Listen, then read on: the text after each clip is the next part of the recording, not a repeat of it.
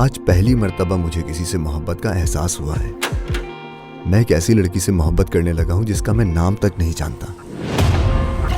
आहिल ना मर्द है, कभी बाप नहीं बन सकेगा। और फिर उसे तलाक ना देके तुम साबित क्या करना चाहते हो? मैं कुछ साबित नहीं करना चाहता पप्पू, लेकिन मैं उसे तलाक नहीं दूंगा।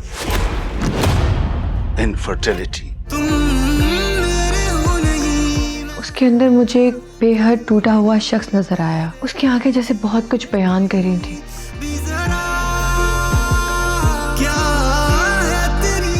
लेकिन गलतियां तो इंसान ही करता है ना। अगर इंसान गलती ना करे तो वो तो फरिश्ते बन जाए। कुछ लोग हार के भी जीत जाते हैं और कुछ लोग जीत के भी हार जाते हैं।